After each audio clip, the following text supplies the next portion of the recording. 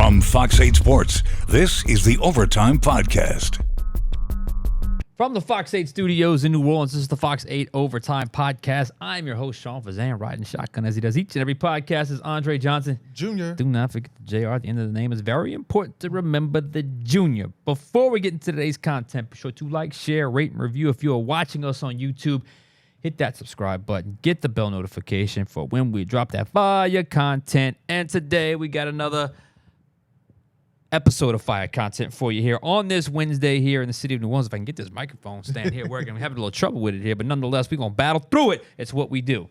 It is Wednesday, sloppy day in the city of New Orleans, man. It's one of those rainy kind of all day, all night, in addition to the Tuesday night rain. So be safe out there, people. I got rained on 3 different times between last night and today, but we got to battle through it. It is November, middle of November. Saints have a game. Wednesday is the Monday when you talk about a new work week for Saints coaches and Saints players, because they now start to look solely ahead to the week ahead of them, and that is the Cleveland Browns coming to town. We got a lot to talk about with this, and obviously it's week 2 of the Darren Rizzi era. But first and foremost, how are you feeling on this Wednesday? You know, I'm feeling pretty good. I managed to stay dry for the most part, going through all that rain today. Yeah, I saw when the Saints sent out the message, bring your umbrellas to the press conference today. I figured it was going to be a pretty rough one.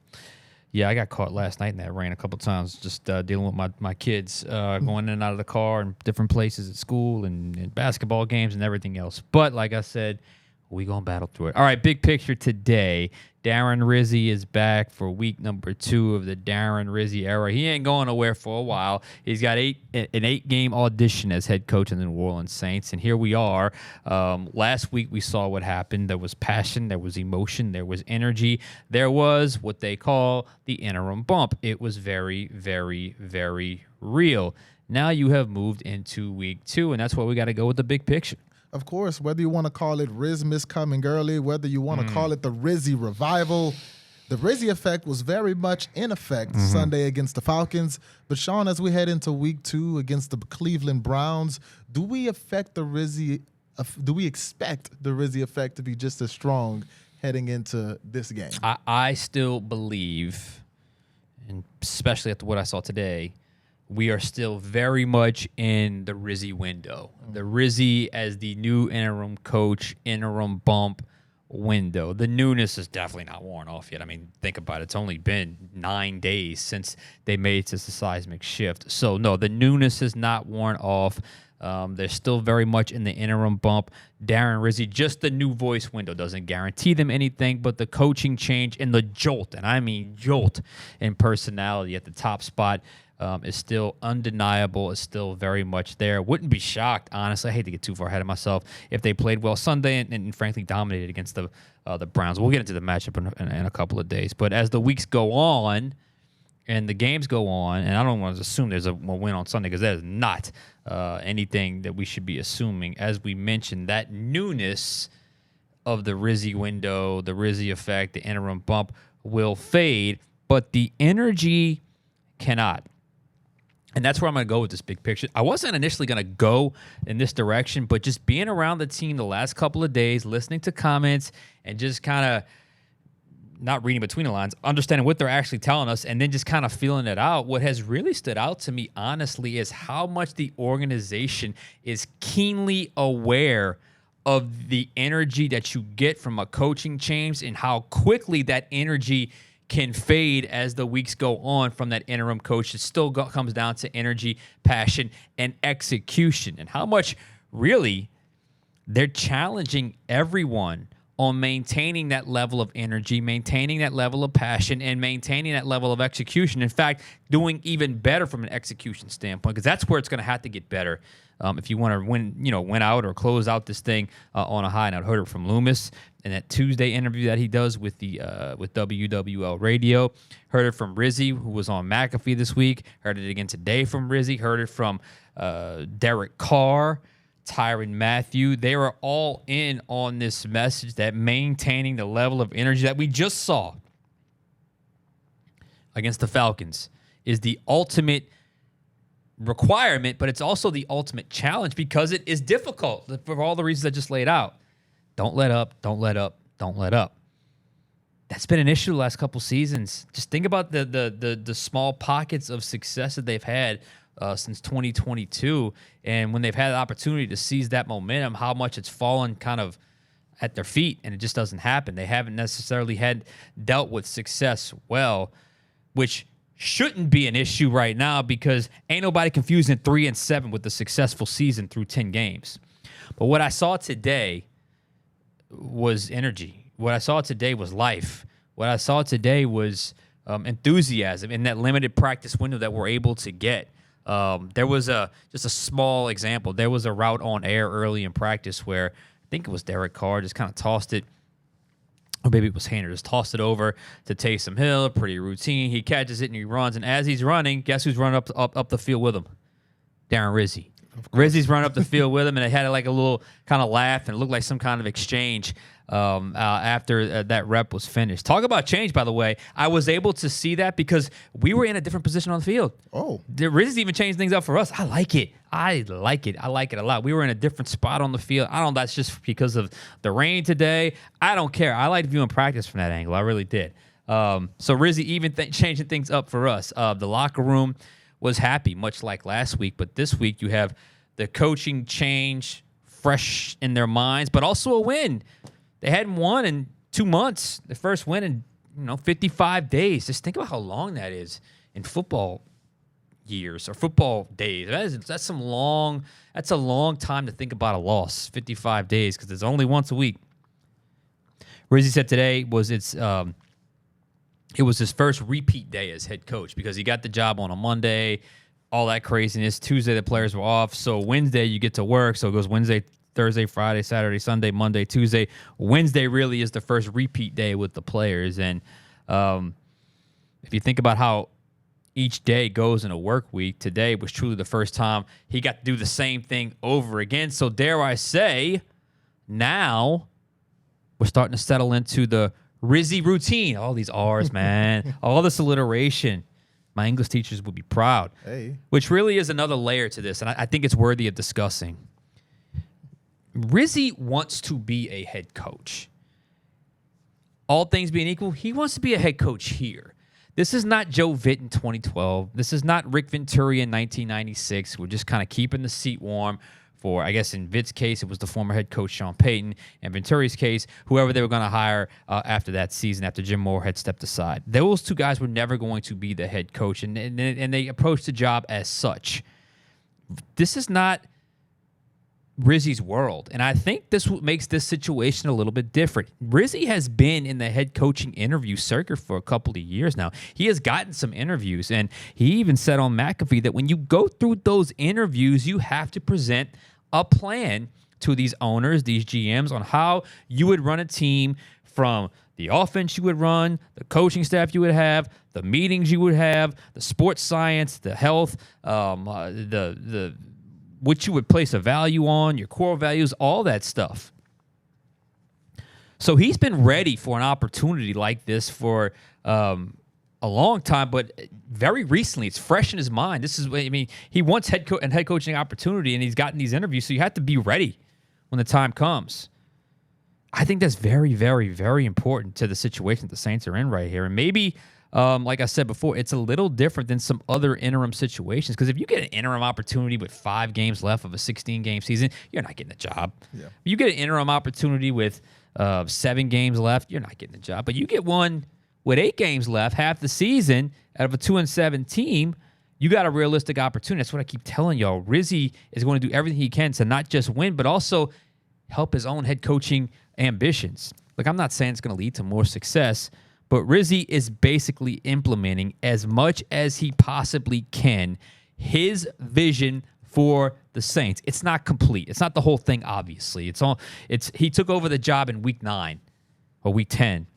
But it's enough to make it its own. It's enough changes to make it its own. And I think it's an interesting dynamic to add to this that could play out as the season plays out. Right now, everyone is bought in. There is no doubt about it. Everyone is bought in.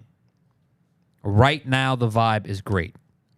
But as we've seen this year alone, how quickly that script can flip. So the Saints have to be aware of that.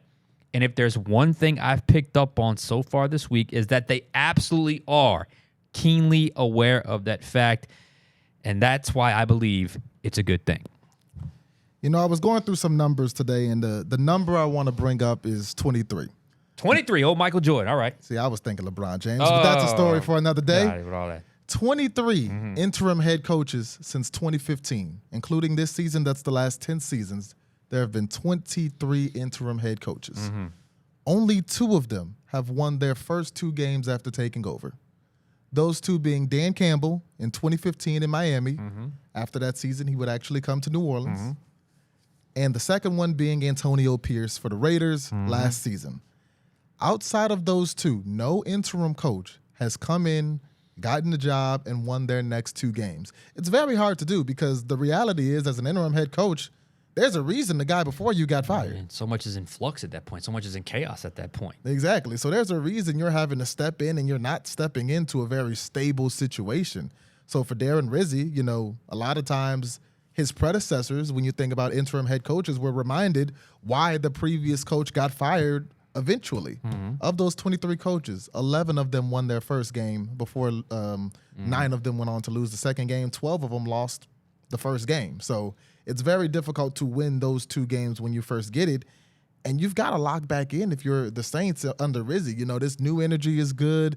What we saw Sunday was good, but it's not the level that this team wants to play at. It was better than a lot of what we've seen over the previous 55 days, but you still got to lock back in. This team scored 17 points in the first half, went on to only score 3 points in the second half. Absolutely. That's not going to win you a lot of games. This team had a big holding call that negated a long Taysom touchdown. That's a mistake that can lose you a lot of games. You had 3 missed field goals by Younghoe Koo, who is consistently one of the better kickers in the NFL.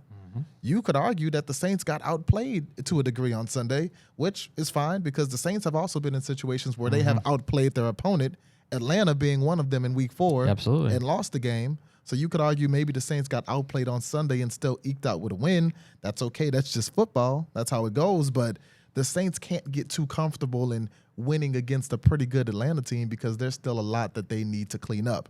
Now, the reason why Rizzi can be potentially the 3rd coach in an interim basis since 2015 to win 2 straight is because this roster, I mean, isn't as hectic or unstable as maybe some of those other jobs were.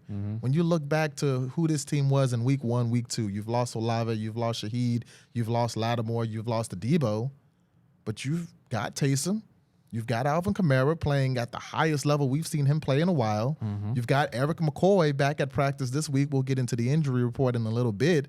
So now you're looking around that team. You've got guys like Ugo Amadi stepping up. I rewatched that game. He was really good in that game. I thought he played. One of the unsung heroes. Shamar Jean-Charles the same way. Yes, Ugo Amadi was one of the best. It reminded me of last year we talked about Isaac Yadam a lot. Oh, yeah. It reminded me of one of those games. Ugo Amadi had a quiet but very good game on Sunday. You know, Alvin Kamara making the most out of his touches, not having to touch the ball 35 times like he did against Carolina, but still having a big impact. Marquez Valdes-Scantling stepping into the Shaheed role. So this team, and you got a good opponent. That's the main Browns. thing right there for me. You're playing a 2-7 Browns. They're coming off a bye, no doubt, but that team is in worse shape than you are. And unlike you, they're used to this. And sometimes when you get to that point, you're kind of used to this as an organization. You kind of let that thing play out. Sometimes you'll see that checked out body language. But anyway, continue. Oh, no, that was pretty much it. They have the Browns next, and the Browns are – we talked about this with Carolina, perfect opponent in a perfect time, and they wound up losing that game. The Browns are a perfect opponent, and you're going to see a quarterback who you're very familiar with in Jameis Winston.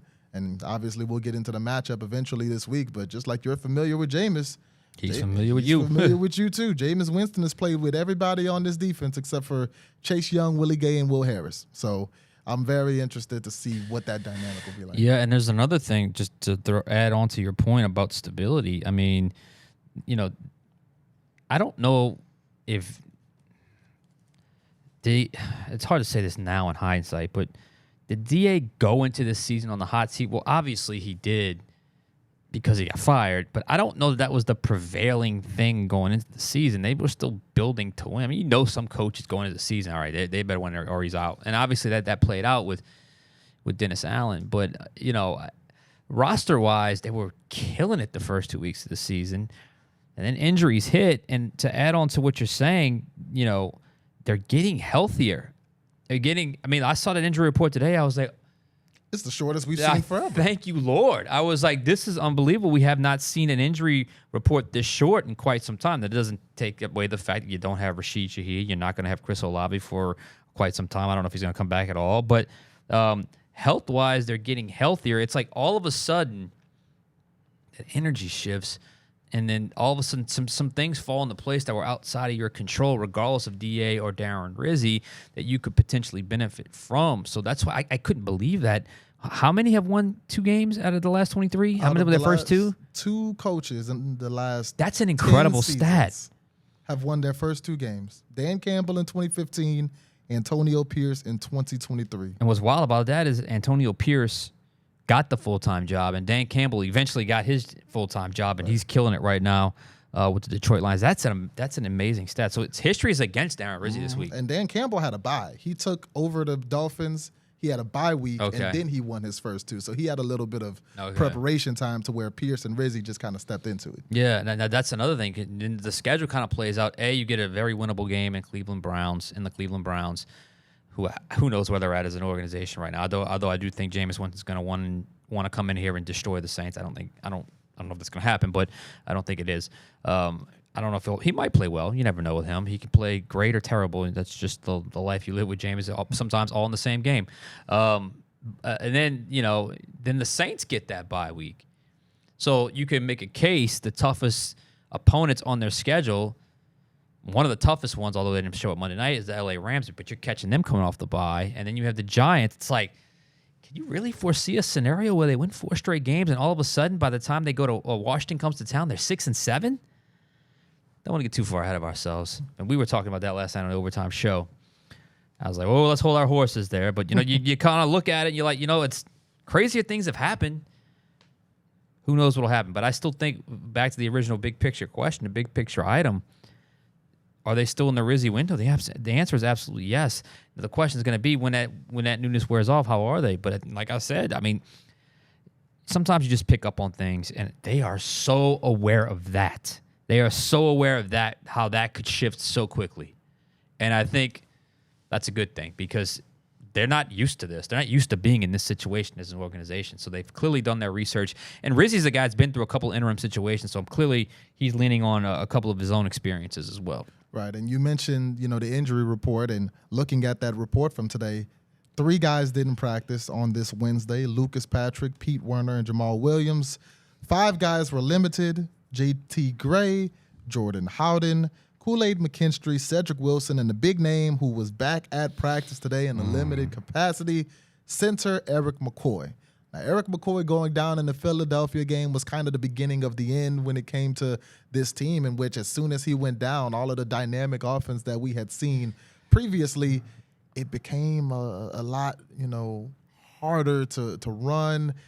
You kind of really saw how much of an impact McCoy had when he wasn't there, and you saw the offensive line have a lot of injuries, be in flux. Connor McGovern, Shane Lemieux, Lucas Patrick, all of the different guys who can play that position. But with Eric McCoy coming back, how much stability does that bring to this team? I think it clearly was the one injury they couldn't overcome. Yeah. And that's the one they got right out the gate. And you just think about just that rock in the middle, and it just gets taken away. And you try to fill that rock with other players that aren't Eric McCoy, and you saw the result.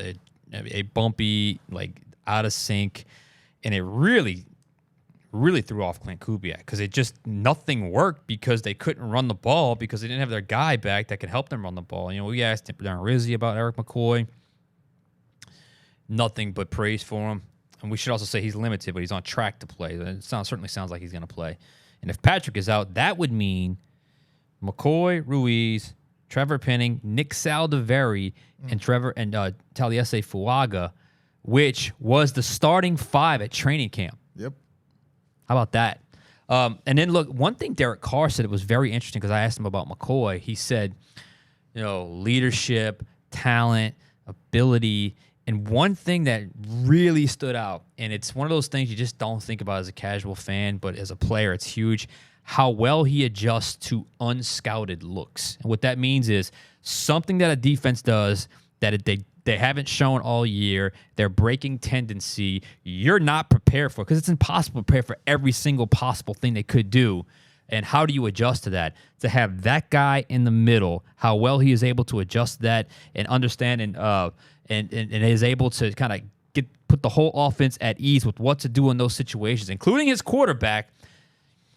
We don't realize just how much they missed him. I mean, when you articulate it like that, you realize, wow, okay, they really, really, really missed this guy. And to get him back potentially this week and for the back stretch, I think it would be huge, because if you get him back, look, you don't have Rashid Shaheed, you don't have Chris Olave, but are you getting closer to your week 1, week 2 offensive production, offensive output, because you don't have a whole lot on tape with McCoy this year. Right. Are you getting back to close to that? And if that were to happen, then you start to feel really optimistic about the finish of the season. So I think getting McCoy back is probably the most crucial thing that could happen for the back stretch of the season. Absolutely, especially when you consider the fact that Derek Carr, by percentage, is one of the most blitzed quarterbacks in the NFL. So when it comes to sliding protection, when it comes to adjusting to things like you mentioned, that's not always Derek Carr making those calls. A lot of times it's Eric McCoy picking up the scraps that maybe Derek Carr doesn't see or doesn't notice. And that's not just in the Saints offense. That's in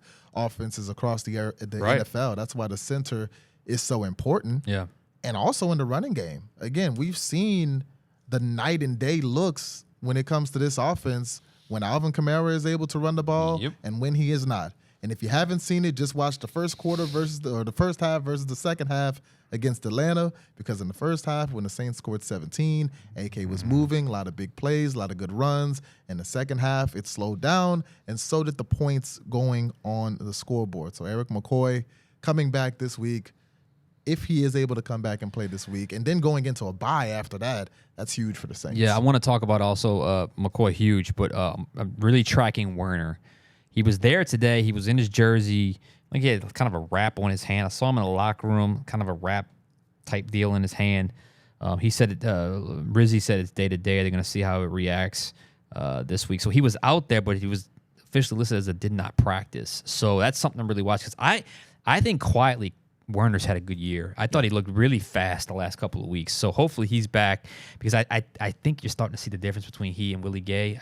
For some reason, it just feels like Werner's a little more comfortable with what he's being asked to do within that scheme. And I think Willie Gay is a little more of a freelancer that's kind of getting him caught out of position sometimes. So I think the Werner injury is one to really watch going forward. Do we have a question? We got about 3 minutes or so before we get out of here. Yeah. I know you have the Final Word feature on the Final Play app. Send us those questions in. I think we had a couple this week, and I think we pinpointed one just in the last 24 hours, so we want to address. Yes, this one from Bruce Baird in New Orleans. He says, Taysom Hill had a 72% completion percentage in 2020 when he started some games at quarterback. Now, when he lines up at Wildcat, defenses know he's going to run.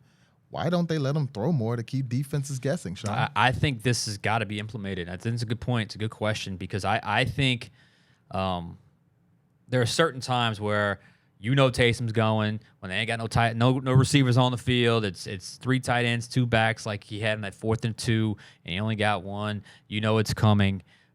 But it feels like, to me, it's been less about Taysom's versatility from a run it or throw it standpoint. It's been more of a run it from different position standpoint. You see him running from the tailback position. He had a fullback dive that converted a first down early in that game on 3rd and 1. You saw the QB power. Didn't see the quarterback draw or the quarterback sweep, which I hope comes back into the mix. But I agree. I think that's something that needs to be utilized, and I wouldn't be surprised. I wouldn't be against it being used in the red zone, even in those big jumbo packages where everybody's stacked and lined up really tight against the line, because everybody in the stadium knows he's running it. So you can leak a tight end, sneak him back to the back line there, and Taysom does the fake run and jump, whatever the case may be. I'm all for it. And even a short yard situation, around midfield. Spread a guy out, get a one-on-one. They think the run's coming. Let Marquez Valdez-Scantling run deep. I say give it a shot. I think that needs to be added into the mix at some point, and I think it will. I agree, because when you look around the NFL, you've got a lot of teams that could run a Wildcat, but out of all of the guys who they would have run it, none of them can throw the ball like Taysom Hill. Exactly. I mean, especially in the goal line. I'm thinking back to last year against Chicago. Taysom Hill threw a touchdown pass to Juwan Johnson. It was from about the 5-yard line, but it was in that goal line situation. The defense is bunched up. They're expecting Taysom to run. He takes that step forward, bounces back, throws to Juwan, touchdown. And you can have a lot of that. I feel like Taysom is the most versatile player in the entire NFL. And if you're not using everything he can do, it's almost a waste. And I get that you kind of have to monitor how you use him, because you have him out there blocking. You'll line him up at running back. You've got him running routes at receiver. But one of the most dangerous things you can do is put Taysom at that quarterback position, because the defense does not know what's coming. I mean, we saw him throw it a lot in 2022. We saw him throw it a good bit in 2021. Yeah, absolutely. His pass attempts were down last season. I don't know if that's because Derek Carr was here and you didn't want to maybe ruffle those feathers. But to me, Taysom should throw the ball more. I'm not saying he needs to throw it 5-10 times a game, but 2 attempts a game, maybe 3, just to keep the defense guessing, I think. Well, look, and here's the thing. He had 2 catches. He had 4 carries. I'm for him getting the ball 10 times in a game, some kind of way. And if one of those is a pass, so be it. I think that's got to go up. And the Saints had low snap count, but he only played like 40% of the snaps, so I think that could go up as well. So, yeah, I'm right there with you. I think Taysom Hill needs to be involved more, even in the passing game. All right, we're running out of time here. We're only about 10 seconds left. Anything quickly before we get out of here? I'm excited to see Jameis back in New Orleans. We saw how some of the former Saints were treated in Denver. Jameis will not get booed in that. No, he won't. So it'll be nice to see him as well. All right, for Andre Johnson Jr., I'm Sean Fazan. We'll catch you guys next time on Overtime.